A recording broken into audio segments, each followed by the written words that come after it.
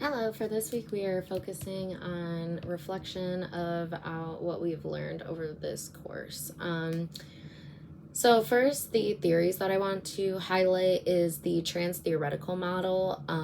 It is a combination of multiple theories to understand how people change and adapt over time. This is mentioned in the TTM PowerPoint 6 Part 1 at 120. So the reason why I wanted to pick this theory is because I like how freely it moves and how it understands that the process of healing and recovery is not linear, and it is also determined by the client. We are obviously moving through a recovery process. However, the client is the one that is doing the work and adapting their behaviors. So they might proceed very quickly in the beginning and then find themselves in a standstill or even pulling back into different stages. The TTM model is composed of 6 stages that assist counselors in assessing and developing treatment for their client. This is mentioned in the TTM PowerPoint 6 in Part 1 at 620. As I said, the client is pretty much able to move freely due to what they are encountering in real life situations, what they are encountering mentally, and what they are just kind of facing during the recovery process. We as clinicians are the ones that have to adjust to the client's needs rather than trying to force them upon readiness when they are not ready, especially because recovery and substance use matters are nonlinear. Which is what this theory really highlights. The other model that I wanted to highlight is the matrix model. The matrix model is a structured, manualized outpatient approach. This is mentioned in the matrix model PowerPoint 5 at 53 seconds. It is a structured 6-week program that is composed of individual counseling, group therapy, family education, and drug testing. This is also mentioned in the Matrix Model PowerPoint 5 at 142. The reason why I like this model is because it sets a realistic boundary and goals for not only the clients, but for the families. It promotes accountability upon the participant. However, it does not highlight shame or judgment. The reason for the drug tests are for the client to remain accountable for their recovery process. However, it is still needed in order to highlight relapse and understand what triggers or behaviors are either to follow or lead up to the relapse of the substance. Both of these theories are pretty much used in groups for recovering substance use disordered clients. And it mainly is the focus on any clients that are suffering from substance use disorder. The 2 concepts I want to highlight is self-efficacy. This builds a realistic framework for a client and tends to be low in early stages, but over time it builds and the confidence rises, and this is when the client starts to believe in not only the process of recovery, but also believe in themselves and build a lot of self-confidence and also self-accountability. This is mentioned in the TTM PowerPoint Part 2 at 850. I say that the group and populations that would most benefit from this would be marginalized groups and adolescents. Obviously, we want adolescents to build proper self-efficacy early in their stages of life so that they're able to address complications and barriers in their life early on. However, marginalized groups are also very important because it is oftentimes that their confidence has been diminished and they have been oppressed for a very long time, that they believe that they are no longer good enough to actually reach the potential of which they believe that they should reach, or that the members in their life believe that they should reach.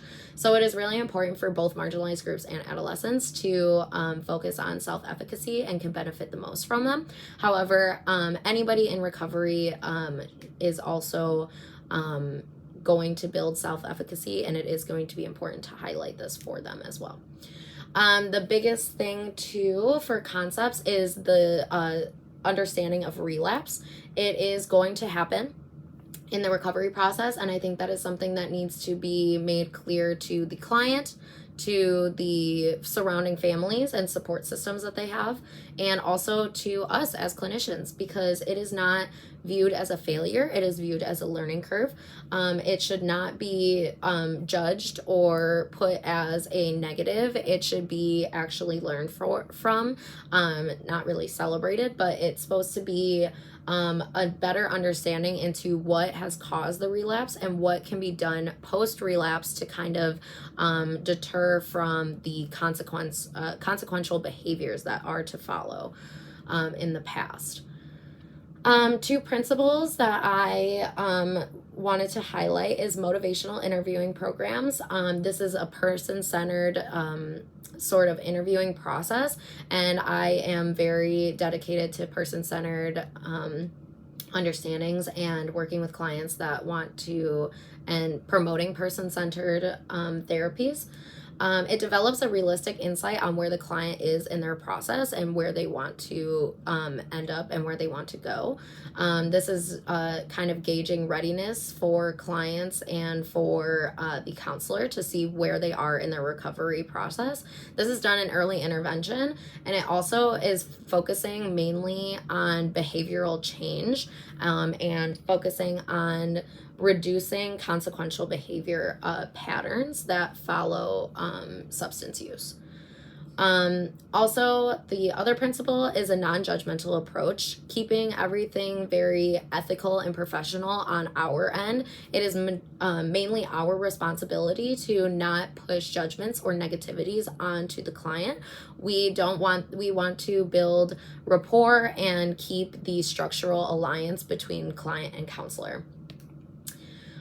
Two mechanisms that I would highlight would be developing healthy coping skills. This obviously is for both to prevent relapse in later stages of any process that you are going through with recovery, but also to develop healthy coping skills towards if a client does relapse. We don't want them to feel as if they are a failure. We want them to keep moving on with their process and learn from it. And so we don't want them to fall into any negative patterns post relapse. So both developing healthy coping skills for before and after, just in case, and to also prevent any relapses happening in the real world once they are done with the full recovery process. Again, healing is not linear, recovery is not linear, so it is important to highlight developing healthy coping skills for the client.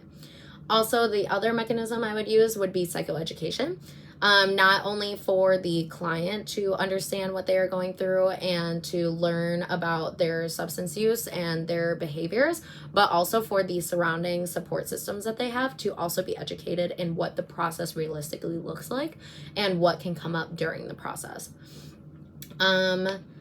Mainly, all these takeaways are pretty much to advocate and support the client unconditionally. We are here to help recover and build confidence in a client rather than to punish them like the outside world has been punishing them for many years for their substance use. My perspectives remain the same. However, I gain knowledge in how the process works and how realistically clients have been showed that they are the problem and that they are meant to be criminalized or punished for their substance use disorder. They have also been outcasted by family members. They have been outcasted by society. They've been very isolated. These are things that have been brought to my attention. However, it is now more realistic in the process of what is going to happen with clients that are going through the recovery process.